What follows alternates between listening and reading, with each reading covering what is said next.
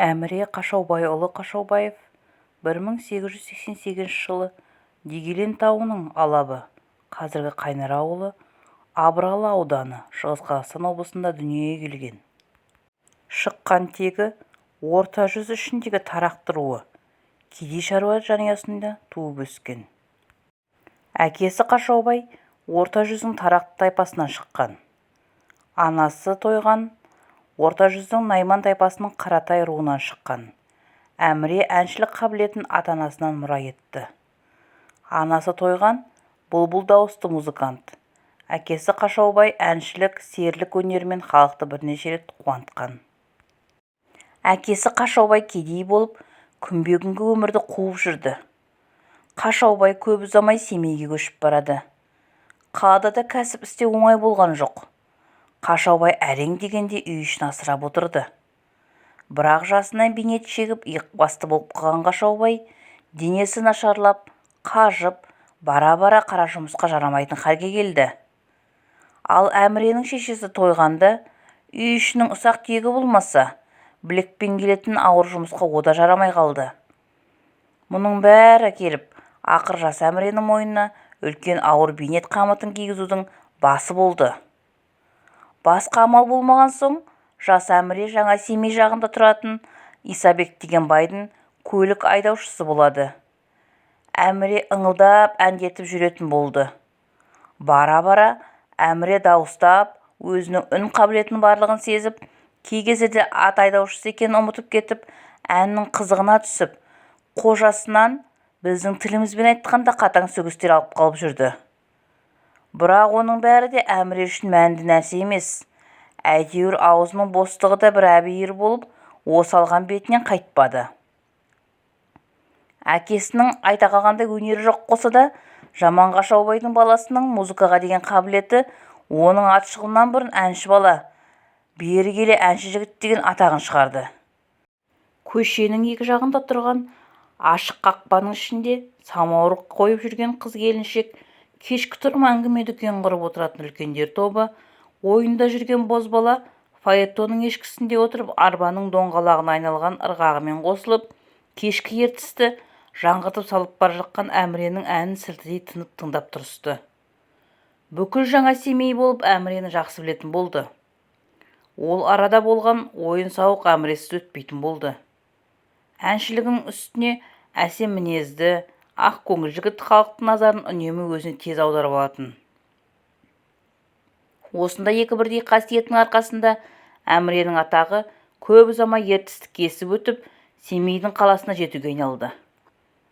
Бұрынғы ма, енді Қашаубайдың баласы бүкіл қаланы аузына қаратуға айналды. Мұның бәрі де Исабек байға ұнамай, ол қалайда Әміренің мына бір кедейге келіспейтін қылығын тоқтатқысы келді. Сондықтан бір жерге қадап қою мақсатымен Әмірені терік күзеттіріп қойды. Ондағысы Әміренің жолын кесіп тастау, әншіні сүйген халықтан айыру еді. Бірақ ол мақсатына Исабек жете алмады.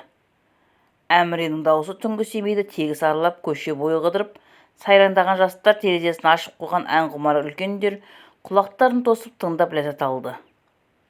Жаратылыстан күшті дауыс кешкі тұрым салқынмен бұрынғыдан да дүрілдеп, мына байлаудан құтқар, еркіндікке жібер, қанатымды бір ғарыштайын, аспанға бір шырқайын деген сияқты болып, Әміренің дауысы өзінен бұрын Исабектің сасық есті тері қоймасынан іргені аулақ сұрап тұрғандай арқаның жазығына, ертістің еркін ағысына шыққысы келгенде кейіп білдіреді.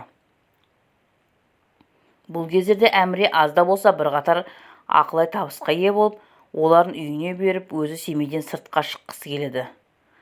Қаншама қиын болғанмен, мейірімді әке-шеше өнерлі баланың алған маңдайынан қақпайды. Әміре енді әніне бостандық алатын болды. Исабекпен есеп айырысып, арқа әншілердің мекесі болған Қояндыға жол тартты. Бұл Әміре үшін үлкен игі сапар болды. Өйткені осы күнге дейін өзінің ғана білгенін айтып келген Әміре небір саңылақ, топтан озған ән иелеріне кездеседі. Жасы келіп қалса да әлі қонақ, күлдіргі қалпынан таймаған қарт даусымен әлі де әннің нақысын бұзбай айтатын аға әнші Жаяу Мұсаны көреді. Семейде жүргенде оның ақ сисасын, гауһар қызын, хайлауын айтып, Жаяу Мұсаның өзін көрмесе де шығармашылық жүзіне қанық болатын. Енді міне, құлақ естігенді көз көрді болып, қарт әншінің өзінде көрді. Жас талапкер үшін бұл үлкен рухани олжа болды. Ал тап осы кезде нағыз бабында тұрған Бәпидің мәдиі, Ғаббастың айтбайы, Байжанның қалиын естігенде Әміренің бұл күнге дейінгі орындап жүрген әндерінде көптеген кінәлар болып шықты.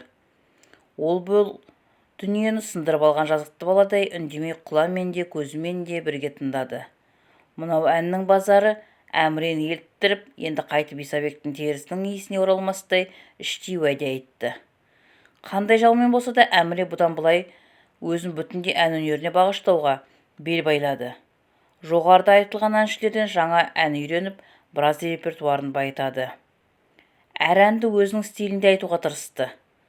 Қабілетті әнші ол мақсатына жетіп қалды.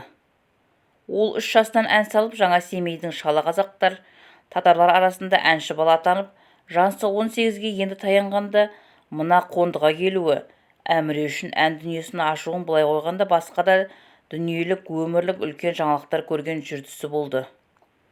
Әміре қойын қолтығын әнге толтырып алып, қайтып Семейге келді. Енді бұрынғы жәмшік, күзетші Әміре емес, ысылған, өмір көрген, жақсылардың қасында болған тәжірибелі Әміре болып келді. Семей оны бұрынғыдан да қызу қарсы алды. Әмірені енді жиі шақыратын болды. Семейге келіп жатқан атақты Майрамен кездесіп, 2 ән алыбы біресе домбырамен, біресе гармонға қосылып Семейдің ән базарын қыздыра түсті. Қазақтың кешегі заманда еңсесін бейнет басып, кеудесін көтере алмаған Әміре сияқты әншісі, қараңғылықты жарып шыққан Майрасынды өнершісі шүйделерін көтеріп, дауыстары бұрынғыдан да сыңғырлады. Әміренің күшті үні төңкерістің түбіріне қосылғандай аңқылдап аспанға шығып, бір күні Мәскеуге жетіпті. Қазақ әншісі Әміре Қашаубаев Парижде болатын жержүзілік көрмеде қойылатын этнографиялық концертке қатысуға барам екен. Соның хабарын тез білдіруіңізді сұраймын. Жол қаражаты қаламақысы төленеді. Мерзім маусым шілде айлары. РКФСР халық ағарту комиссары Луначарскийден Семейдің губерниялық бөліміне телеграмма келді. Халық ағарту бөлімінде Әміре де сасып қалды. Бұлар осылай жүргендерінде Мәскеуден тағы қазақ әншісі Әміре Қашаубаев туралы менің берген телеграммама жауапты тез өтулеріңізді сұраймын. Парижде болатын біздің концерт мәселенің мемлекеттік маңызы бар деген Луначарскийдің қолымен телеграмма келді. Енді ойланатын кеңесетін уақыт жоқ. Телеграммадағыны тек орындау керек. Әміре Мәскеуге жол тартты. Қояндыға барғаны, Меккеге барғандай ұзақ сапар көрген Әмірені енді мына жол тіпті қызық сияқты көрінді. Парижде болатын концертке қатысу үшін Мәскеуде Қазақстаннан басқа ұлт республикаларының белгілі өнерпаздары келді. Бұл шеберлердің оның ішінде Әміренің Париж концертіне дайындық есебінде өткен үлкен театрдағы концертке шығу үлкен табыс болды. Бұл жөнінде Правданың 1925 жылғы 26 шілде күнгі номерінде жазылған. Айтушылар, Әміре ағаш аяқтың басындағы жоғарғы нотасын шырқап алғанда, партияның алдыңғы қатарында отырған бір әйел «Мынау не деген күшті дауыс» деп шошып кетіп барып айтыпты деседі. Әміре этнографиялық ансамбльмен Парижге барады. Кеңес өнершілері Париждің залдарында 11 концерт береді. Сол концертте Әміре өзінің сүйікті әндері «Ағаш аяқ», «Үш дос», «Екі жирен», «Дудар», «Қос барабан», «Қызыл бидай» тағы басқаларын айтады. Ансамбльдің концерті бұрын-соңды ондай музыканы тыңдамаған Париж халқына қатты ұнайды. Неше түрлі ұлттардың әндері, олардың саналған түрлі аспаптары, түрлі түсті киімдері, орындау шеберліктері кеңес өкілдерін үлкен табысқа бөлейді. Әсіресе бұрын аттары шықпаған Ресейді жайлайтын аз ұлттардың арз мерзімі ішінде мұндай табысқа жетуіне дос сүйен, дұшпан күйінеді. Бір кезде ертістің асау толқынның аккомпанентімен ән шырқаған Әміренің енді Сена өзенінің сылдырап аққан дыбысына сиқырлы үннің қосуы тек ән өнеріндегі емес, халықта достығын нығайтуына өнердің үлкен рухани құралға айналғаны көрінді. Париждің газеттері өнершілердің концерттері жайы үзбей жазып отырды. Париж апталығы атты газетті өзінің 1925 жылғы 31 шілдедегі нөмірінде Париждің комедия залында өтіп жатқан орыстың этнографиялық өнері әдеттегі біз болып жүретін концерттен ерекше. Біз аса жоғарғы, қазақы, қызықты сахна көрдік. Біз Түркістанның, Украинаның, Оралдың, Кавказдың таза шынайы қалпында тұрған, жүрек қылыңды қозғайтын музыкасын естіттік. Оларды гармониялық, мелодиялық, бұрмалау дыбыс құрылыстарын өзгерту сияқты өзінің ерекшелік мазмұны бұзатын нәрселер таба алмайсың.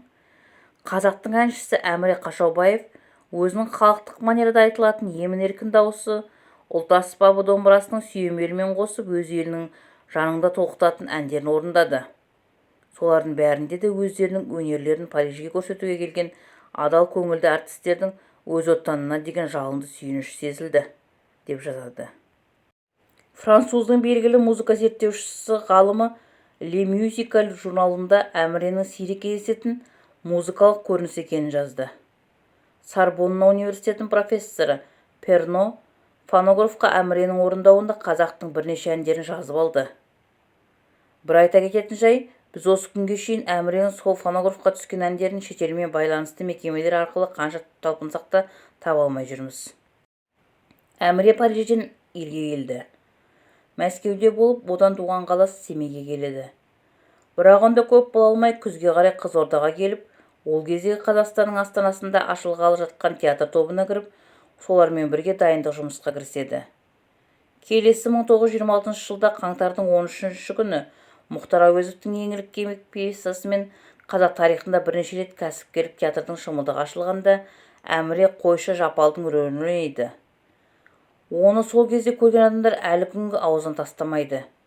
Өйткені Әміре тек әнші емес, жақсы әртіс болды. Осы сахнада жасанды қимыл қозғалыссыз қандай бейнеде болса, шын жүректен нанымды қарапайым атап келеді. Солай бола тұрса да Әміренің шын шүйдесі көтеріліп, шоқтық аспанға шығатын кезеңі концерттерде болатын. Жарнамада Әміре шығады деген концерттер ол кезде үнемі лық толы болады екен. Күлкілі сөз шебері Қалибек поэзияның жас перісі әнші Иса, характерлі нөмірлерді жандырып шығаратын Елубай, от боп жанған Құрманбек, бәрі бірінің артынан бірі шыққанда концерт жөнсіз көп уақытқа созылып, көрермен уақыттың қалай өткен сезбей қалады екен. 1927 жылдың сәуір айында Әміре тағы Мәскеуге шақырылады. Онда осы әңгіменің басында баяндалғандай кеңестер съезінде концертке шығып үлкен табысқа ие болады. Әміре қайтып Қызылордадағы қазақ театрына келді. 1928 жылы театр Алматыға көшкенде Әміре де бірге келді. Әміре драма театрында бірнеше рөлдер атқарды. Әсіресе концерттерінде басты әртіс болып жүрді. 1933 жылы драма театрының бір бөлек адамнан құралған музыкалық студияның ішінде бірінші болып Әміре кетті.